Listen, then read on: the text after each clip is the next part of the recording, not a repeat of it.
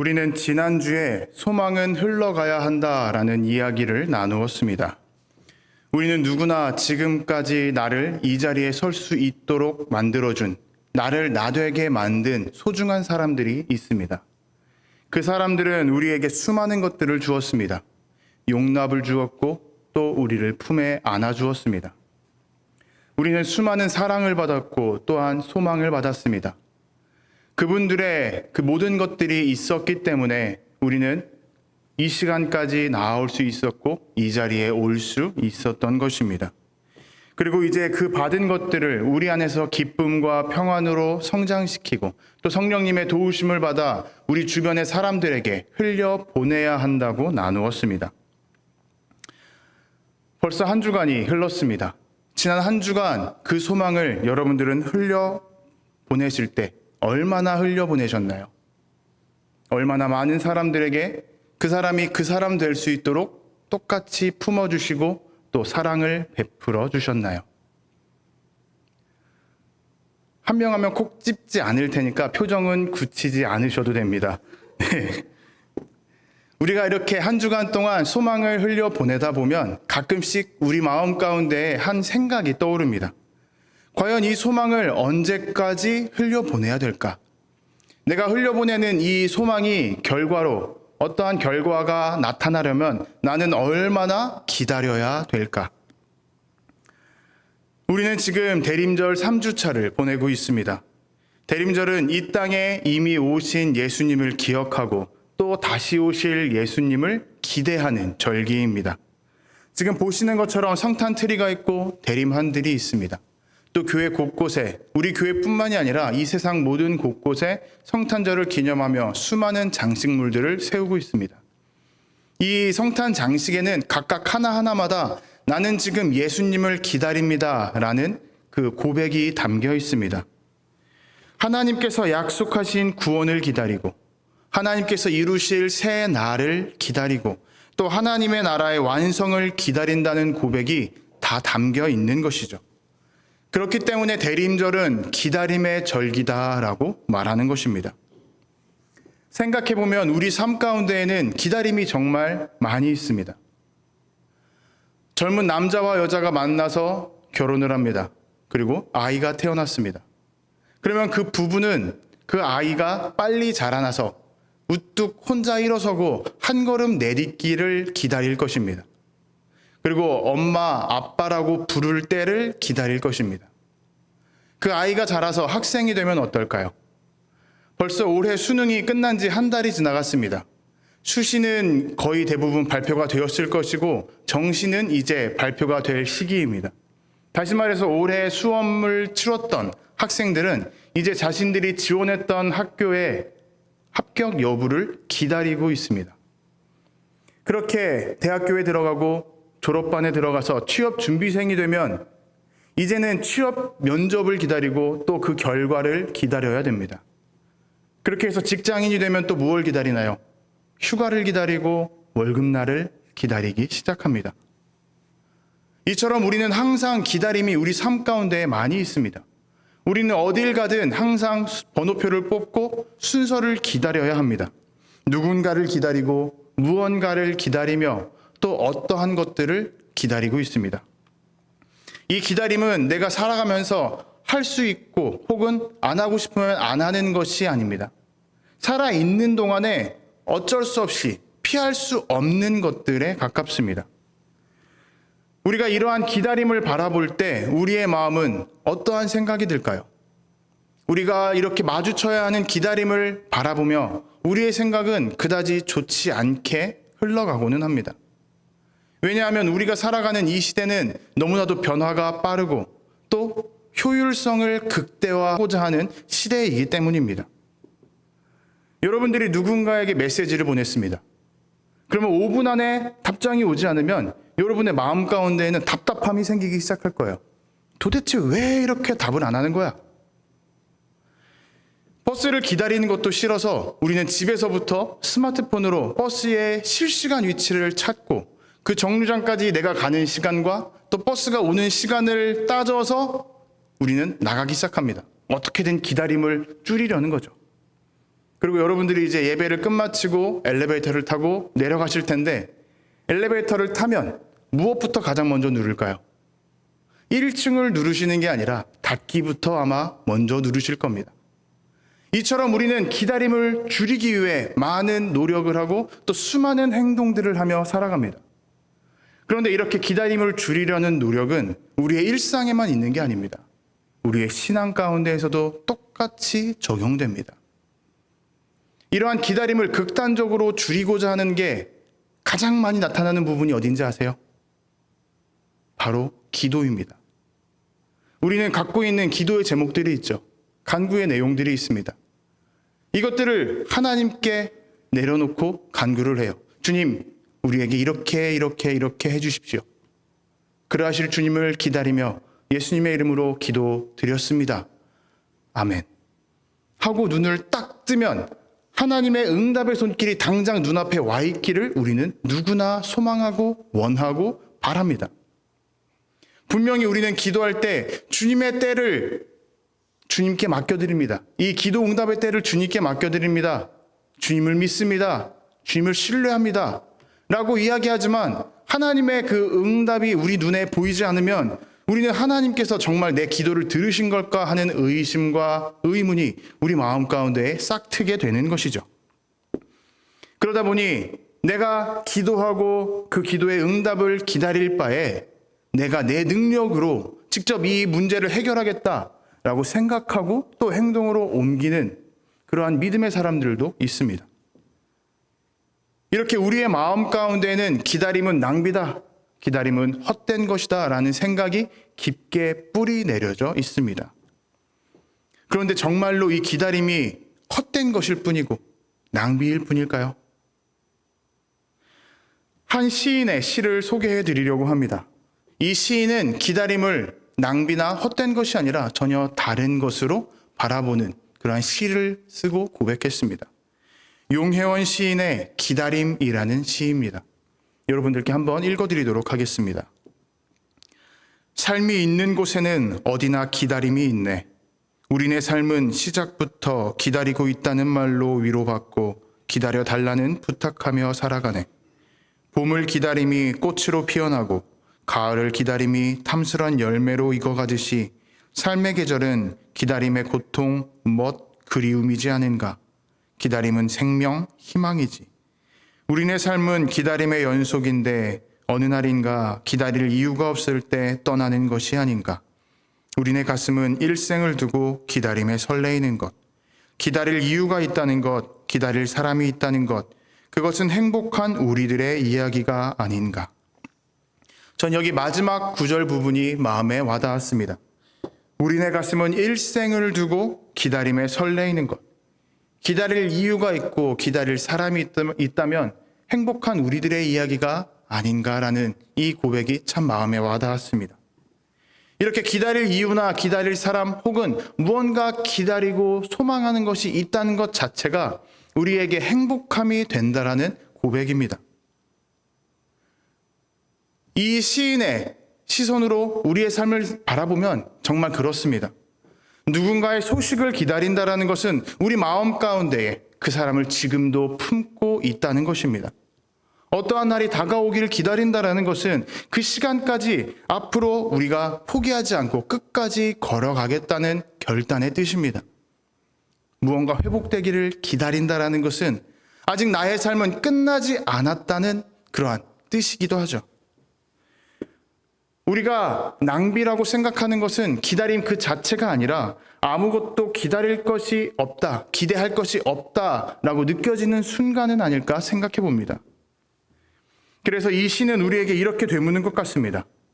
기다림은 기대할 무언가가 있다는 것이고 그 기대하는 무언가가 우리의 행복이 되어주지 않습니까?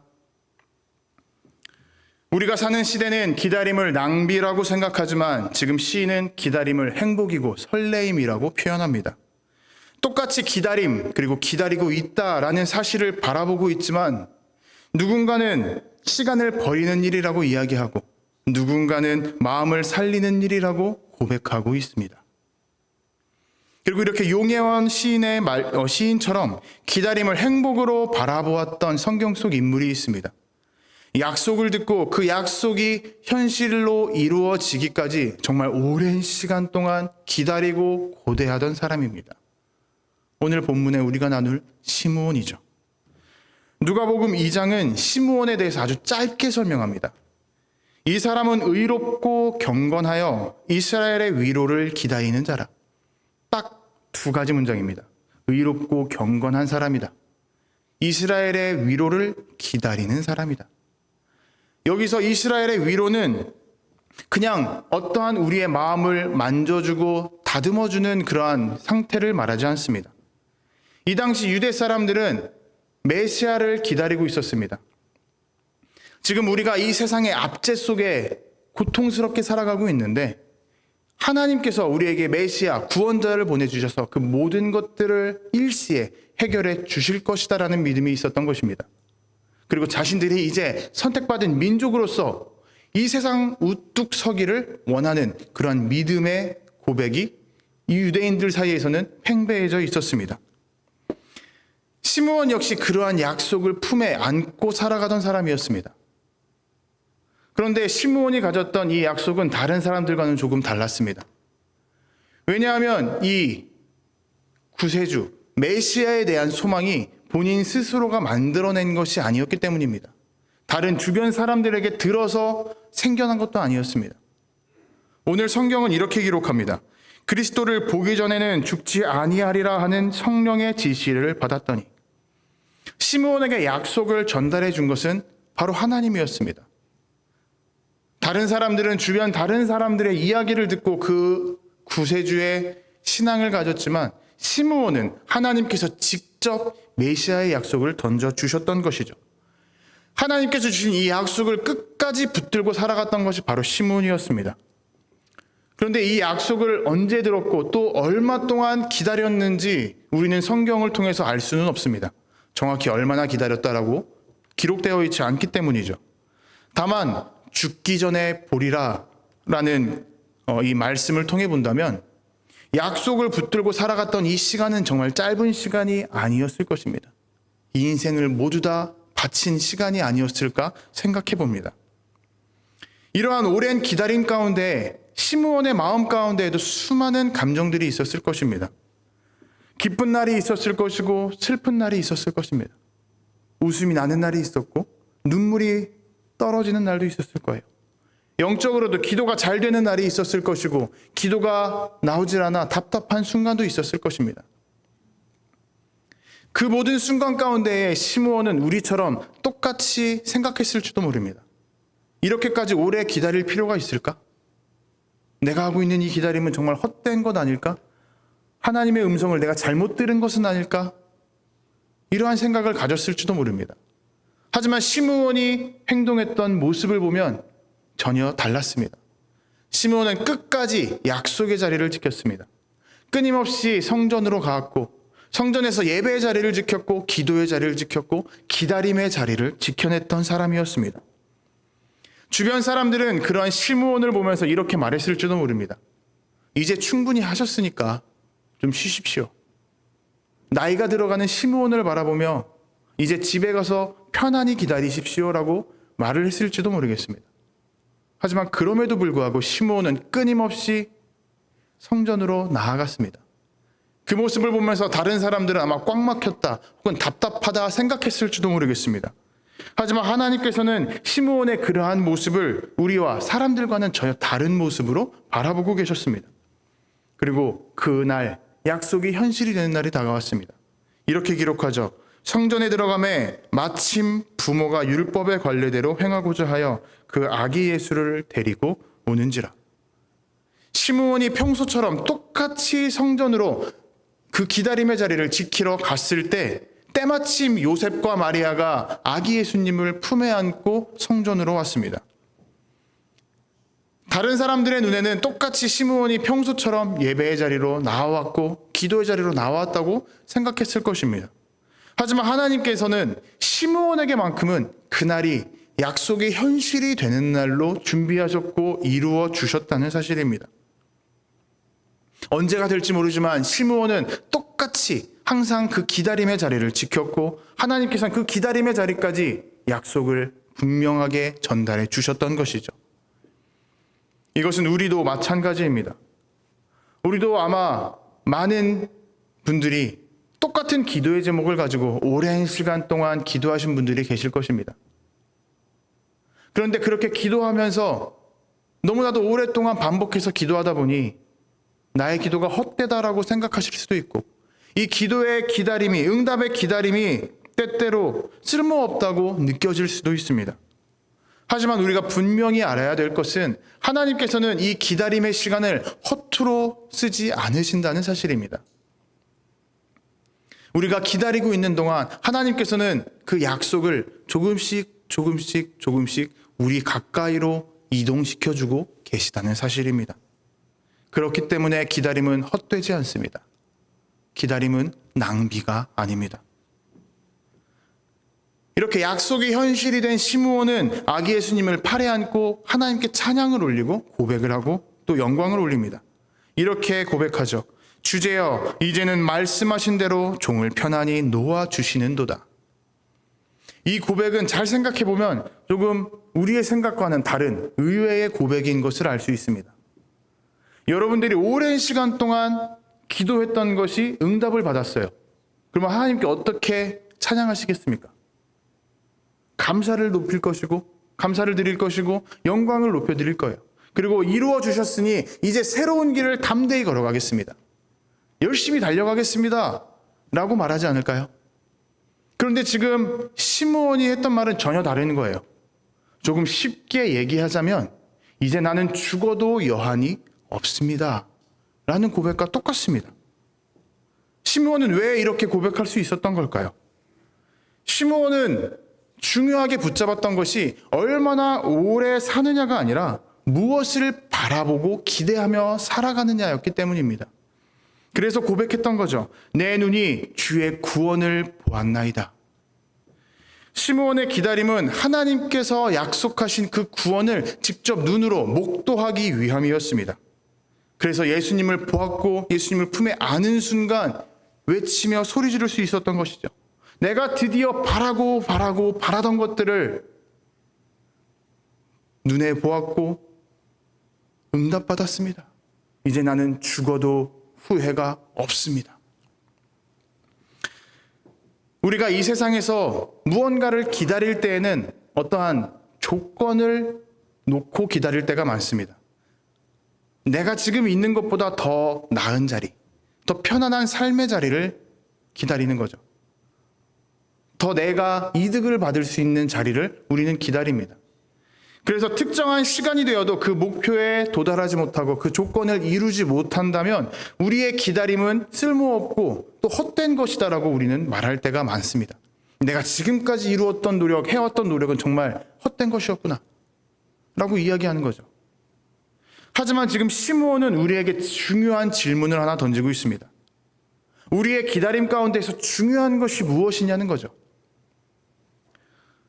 조건을 이루는 것이 중요하느냐, 아니면 우리의 영적인 눈이 열리는 것이 중요하냐. 우리도 일상 가운데에서 열리는 것, 우리의 눈이 열리는 것이 중요하다는 것을 많이 알 수 있습니다. 안경 쓰신 분들은 공감하실 수 있을 텐데 가끔씩 안경의 도수가 안 맞을 때가 있습니다. 안경이 틀어져서 그럴 수도 있고 우리의 몸이 나이가 들면서 좀 바뀌었을 수도 있습니다. 그러다 보면 세상이 정말 흐릿하게 보이기 시작하죠. 멀리 있는 것이 안 보이거나 혹은 가까이 있는 것이 안 보입니다. 그러면 그때 우리는 어떻게 해야 되나요? 안경점에 가서 새로 도수를 측정하고 그 도수에 맞춰서, 시력에 맞춰서 도수에 맞는 안경 렌즈를 만들고 새로 쓰게 됩니다. 그러면 그때부터 우리 가운데에는, 우리 눈앞에는 정말 선명한 풍경이 나타나게 되죠. 조금 더 우리가 모두가 공감할 수 있는 이야기를 해보자면 우리는 누구나 핸드폰이 있습니다. 핸드폰에 카메라가 달려있죠.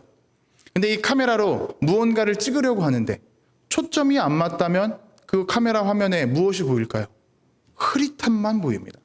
아무것도 보이지 않아요. 그럴 때 우리는 화면을 터치해서 내가 보고자 하는, 찍고자 하는 부분을 눌러서 터치해서 초점을 맞추게 하거나, 혹은 디지털 카메라 같은 경우는 렌즈의 그 조리개 부분을 조정해서 초점을 맞추게 되면 화면에는 정말 내가 원하는, 바라보고자 했던 것이 선명하게 나타납니다. 시므온의 고백은 마치 안경 도수가 맞춰지는 것이고 카메라에 초점이 맞춰지는 것과 똑같습니다. 예수님은 갑자기 시므온의 앞에 나타난 게 아니었습니다. 우리 앞에 나타나신 게 아니에요. 하나님께서 오래전부터 약속하시고 때가 되었기 때문에 보내주셨던 것입니다. 약속으로부터 이미 시므온 앞에 있던 거예요. 그리고 시므온은 그 눈이 열리고 또 초점이 맞춰지면서 예수님을 바라볼 수 있게 되었던 것입니다. 그래서 시므온에게 있어서 기다림은 행복이었습니다. 그래서 시므온은 내가 죽어도 여한이 없다라고 고백할 수 있었던 것이죠. 90년대 말에 잭 니콜슨이 주연했던 영화 이보다 좋을 순 없다라는 영화가 있습니다. 저는 이 영화의 내용을 말하고자 하는 것이 아니라 이 영화의 제목을 한번 말씀드리고 싶습니다.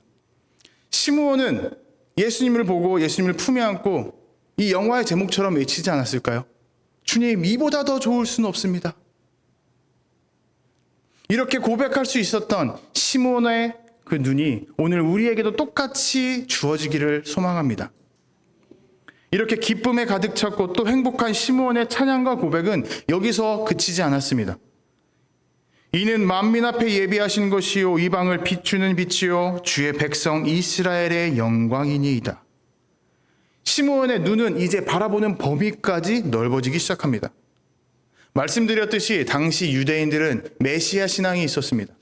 우리를 구원해 줄 메시아가 오실 거야. 근데 그 메시아가 오셔서 구원해 주는 것은 나뿐이었습니다. 그리고 우리 민족뿐이었습니다. 나만 살아가면 돼. 우리 민족만 살아나면 돼. 이것이 유대인들이 가졌던 당시의 신앙의 모습이었습니다. 하지만 시므온은 그 범위를 열방으로, 만민으로 완전히 확장시켰다는 것이죠. 결국 시므온의 기다림은 하나의 민족, 그 조그마한 범위가 아니라 세상을 향한 하나님의 계획마저 바라보고 느낄 수 있도록 그렇게 시야가 넓어졌다는 사실입니다. 바울 사도는 이에 대해서 이렇게 고백합니다. 소망의 하나님이 모든 기쁨과 평강을 믿음 안에서 너희에게 충만하게 하사 성령의 능력으로 소망이 넘치게 하시기를 원하노라. 익숙하신 구절이죠. 익숙하신 구절이어야 돼요. 지난주에 우리가 나눈 설교의 본문이기 때문입니다. 몇몇 분들이 그래? 라고 하는 표정을 갖고 계신데 설교 본문 기억해 주시기를 부탁드립니다. 지난 시간 우리가 나누었던 것처럼 하나님의 소망이 우리 안에 부어지게 되고 예수님께서 그 소망을 기쁨과 평안으로 자라나게 해주시고 성령님께서 그 소망을 끊임없이 흘러넘치도록 도와주신다고 나누었습니다. 시므온처럼 이렇게 하나님께서 주신 약속, 그 소망이 현실이 된 사람은 이제 소망의 통로로서 살아가기 시작합니다. 성령님께서 소망을 흘러넘치게 해주셨던 것처럼 시므온은 자신이 받은 그 소망을, 그 구원의 확신을 이제 세상 가운데에 널리 퍼뜨리게 된 것이죠. 그래서 나의 민족만이 아니라 만민이 되었고 열방이 되었고 이방 민족이 되었던 것입니다. 그리고 이 구원의 소망은 어떠한 상황 가운데에서도 흘러갈 수가 있습니다. 우리가 좋은 상황에 있을 때 흘러갈 수 있고 우리가 안 좋은 상황에 있다 할지라도 흘러갈 수가 있는 것이죠. 자식을 기르는, 자녀를 기르는 부모라면 누구나 가장 걱정하는 것이 학교 폭력일 것입니다. 1995년도에 한 고등학생이 아파트에서 투신했던 일이 있습니다. 학교 친구들의 괴롭힘을 견디다 못해 아파트에 올라가서 투신했던 건데 정말 안타까웠던 것은 처음에 5층에서 뛰어내렸는데 자동차 위로 떨어졌고 목숨을 건졌다는 것입니다. 그렇게 목숨을 건지고 이어서 선택한 것은 다시 아파트로 올라가는 것이었습니다. 다시 올라가서 또 뛰어내렸던 거죠. 그렇게 해서 결국 목숨을 스스로 끊었습니다. 이 사실을 알게 된 이 학생의 아버지는 당시 중국 출장에 있었는데 소식을 듣자마자 모든 것들을 취소하고 귀국을 하게 됩니다. 그리고 아들의 그 죽음에 대해서 진상을 알게 되었는데 오히려 수많은 사람들이 자신과 그 자신의 아들에게 손가락질하고 나무라는 것을 보게 됩니다. 자신의 아들을 괴롭혔던 가해자의 부모들이 그 아빠를 찾아와서 소리 지르는 거예요. 당신 아들이 스스로 목숨을 끊으면서 우리 애들이 죄책감에 빠져 살게 됐다고. 어떻게 할 거냐고. 학교에서는 똑같이 이야기합니다. 당신 아들이 스스로 목숨을 끊었기 때문에 우리 학교의 명예가 실추되었습니다. 어떻게 할 겁니까? 정부에서도 아빠의 편을 들어주지 않았습니다. 그 당시에는 학교 폭력이라는 것이 정의되지 않았기 때문에 학생들이 이렇게까지 잔혹한 행동을 할 리가 없다. 그러니 당신의 아들이 정신병에 걸린 것이다 라며 그 아버지의 마음을 더 후벼파고 큰 상처를 주었습니다. 그렇게 좌절하고 낙심하고 있는 상황 가운데에 가해 학생 중에 한 명이 그 아버지를 찾아왔습니다. 그리고 그 아버지 앞에서 눈물을 흘리며 자신의 잘못을 내뱉고 용서를 구했죠. 그 모습을 보면서 순간적으로 자신을 향한 예수님의 그 용서와 사랑이 떠올랐다고 합니다. 예수님께서 십자가에서 매달려 죽으시고 우리를 용서해 주지 않았다면 내가 이 땅 가운데에서 살아갈 수 없는 것처럼 내가 이 아이를 용서하지 않으면 이 아이가 이 땅 가운데서 어떻게 살아갈 것인가 라는 생각이 들었다는 거예요. 그래서 자기가 다니던 그 기업, 회사를 그만두고 학교 폭력을 방지하기 위한 한 재단을 만들게 됩니다. 그리고 그 재단은 지금까지 이어지고 있죠. 재단의 이름은 푸른 나무 재단입니다. 그리고 이 이야기는 그 재단의 설립자인 김종기 이사장의 이야기입니다. 자신을 고통에서 구원해준 예수님의 사랑과 용서가 이제 점점 더 수많은 사람들에게 흘러가기 시작했던 것이죠. 이처럼 예수님의 사랑과 구원의 소망은 어떠한 상황 가운데 있다 할지라도 외부로 흘러가게 됩니다. 여러분, 우리는 지금 대림절을 보내고 있습니다. 대림절은 이미 오신 예수님을 기억하는 날이고 또 다시 오실 예수님을 기대하며 기다리는 절기입니다.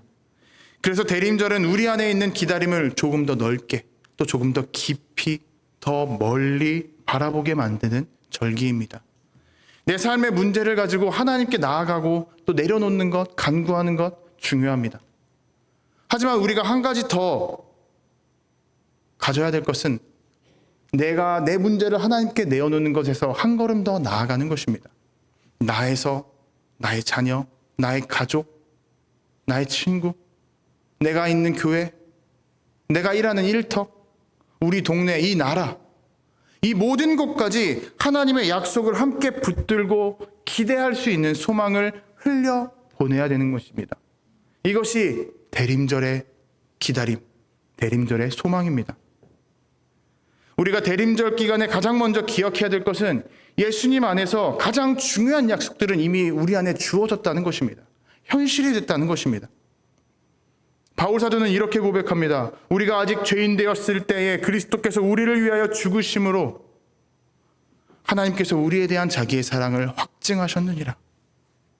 우리를 향한 구원과 용서와 사랑은 언젠가가 아니라 이미 우리 안에 주어졌고 우리는 그것을 누리고 있습니다. 우리는 여전히 세상 가운데서 연약했고 앞으로도 연약하겠지만 하나님께서는 우리에게 사랑을 베풀어 주셨고 손길로 붙잡아 주시고 또 품어주고 계시다는 사실입니다. 그래서 기다림은 이미 우리에게 주어진 그 사랑을 다시 느끼는 것이고 다시 배워가는 시간입니다. 그렇기 때문에 우리의 가슴은 일생 동안 기다림에 설레일 수가 있습니다.